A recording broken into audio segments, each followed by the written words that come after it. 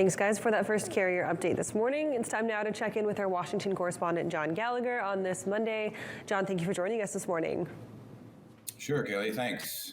Great to have you as always. Let's dig into a little bit about what went on at the FMCSA Tech Summit that just recently happened. Interesting stuff to watch this Motor Carrier Association, or administration that is, now get involved in kind of this tech boom, I think, that is going on. Yeah, and they've actually had this, this might be the second year, I think. And there were a couple of things that they pointed out, a couple of presentations that were given that I thought were pretty interesting, and that I was following up on. And one of them was the the data behind the surge in new motor carrier registrations that we've been seeing in the industry and that we've talked about for a while now.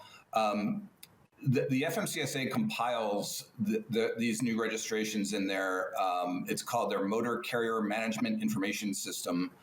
And their director of data, and analysis, was showing trends between April 2018 and this past December 2021, and it showed that new motor carrier registrations, as everyone's been talking about, there's a pretty big surge. So he said that and to put it more specifics on it, in 2018, it went from 28,000 new registrations on average per quarter and in 2021, that jumped to 58,000.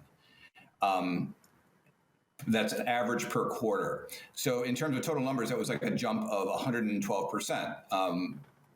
But he went a little further, what I thought was interesting. He dug in and saw that of those numbers, of that surge, over 80% of those were one unit carriers, one unit owner operators. In 2019, on average, that number was the percentage of owner operators, of one unit owner operators in 2019 was 68%, and that went up to 72% in 2020 of new registrations, and then last year it was like I said, it was like 80%. So it was a pretty strong trend there. So I talked to Aaron Terrazas. He's in economics.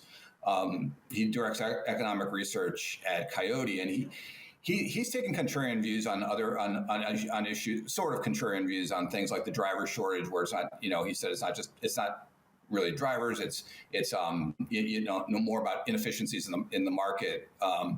But on this, with regard to capacity, he sort of took I mentioned this data to him, and he sort of saw that as a contrarian too, where we tend to overstate the capacity numbers in the new registrants, because like those numbers said, most of those were single unit owner operators. So therefore, does that mean in bigger terms, does it mean the shakeout that could be a major shakeout in 2022 or next year as the economy slows? Or will it be not so big a shakeout because, again, a majority of these new entrants, at least in this set of statistics, the majority of these are owner operators. So in 2019, he went on to say, like in 2019, we had the big shakeout. It was like a long, drawn out sort of bloodletting, and the carriers were trying to stick into the market as long as they could, but it never. Because of the length of the slowdown, it just ended up being this huge bankruptcy thing. So this time around, he was saying that if companies leave the market, it'll be fairly quick and not nearly as massive a collapse, because supply and demand will get balanced quicker. And his other view is that we maybe see more, merger instead of bankruptcies. You might see, because of this, more M&A activity. So all this was to say, Kaylee, that he's not seeing the bloodbath, I guess, so to speak, that might be predicted for this coming year. John, so if you're a driver and you've been driving with a carrier in a fleet and then you strike out on your own, decide to go to change career paths as an owner-operator, do you then have to re-register with the FMCSA and create your own new registrant? And could that be a part of things too, where we're seeing drivers now decide to kind of take their fate into their own hands? Right. I don't know. I don't know what that's a really good question. I'm not sure what the, how long you have to be out of business in terms of when you have to go back and get your own registration. I thought that too. Like, I thought that was, where, when the market's doing well and you have a truck and when it was doing bad, you kind of set it aside and you went and did something else. When the market is good, you go ahead and do it again. And so I was thinking some of those new registrations were because of that. But it's a good point on like when that is that you have to actually reapply. So if it is that it's a long period, it might be that these new registrations were just people jumping into the industry when they saw how well trucking was doing after that first COVID. That first COVID collapse that caused a collapse in March of 2020. And John, one of the things that I think really happens when we see a ramp up within trucking or the supply chain is that we see, like as you mentioned, all these new entrants or potentially those that were already carriers that kind of got in on their own. One of the big things that really kind of sets people apart sometimes is just experience. When we see that there is a slowdown in the supply chain or slowdown in freight, those that have been in the industry for a long time really kind of know what levers to pull, how to make money. When we see another slowdown coming up here eventually, do you think this is going to be another big factor, or do you think that this, COVID outbreak has really been enough to really bring a lot of new entrants up to speed a lot more quickly?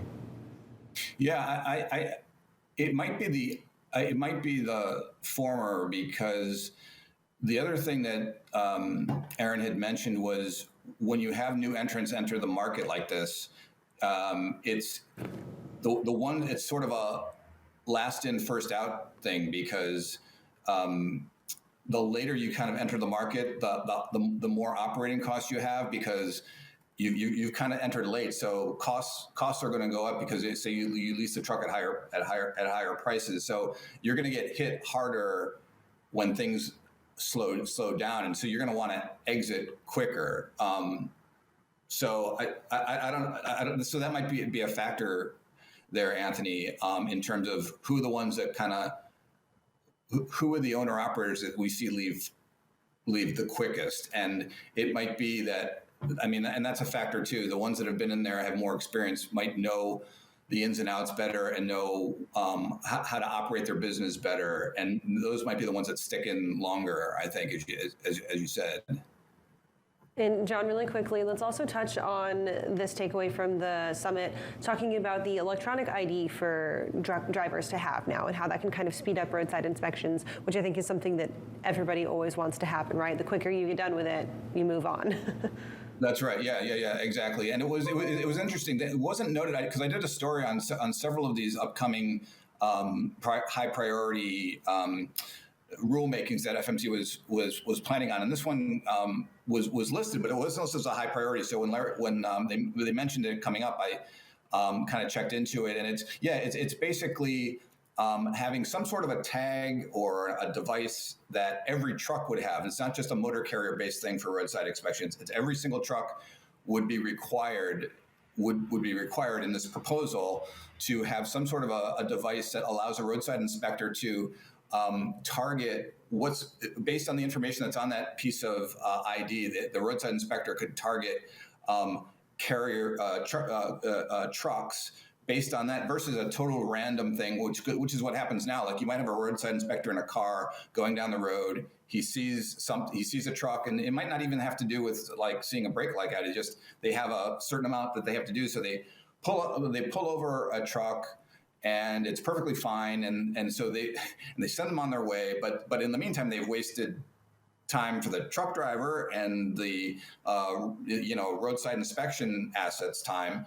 So you've got this huge waste of time in the industry. So by putting this device in, they can target and make really more efficient use of their time and make sure that more trucks are safer on the road. Now, they are expecting a little pushback here, as you might expect from some drivers. Even probably OOIDA where they've always, this is just looks like another way to get information, sort of a privacy issue. So while it seems to it makes sense for productivity and safety, there's definitely going to be some pushback on it. That pushback is definitely, I think, expected, especially when you're looking at which community it's supposed to be serving or being able to help. John, it's always great being able to start our mornings off with you and the Mondays, so thank you so much for joining us today. Thanks, you guys. All right, we'll talk to you next week, John. Right now, we're going to head over to Nick Austin at the Wall. He's taking a look at the next big storm shaping up off the West Coast right now, and that'll eventually impact pretty much everybody across the country. Nick?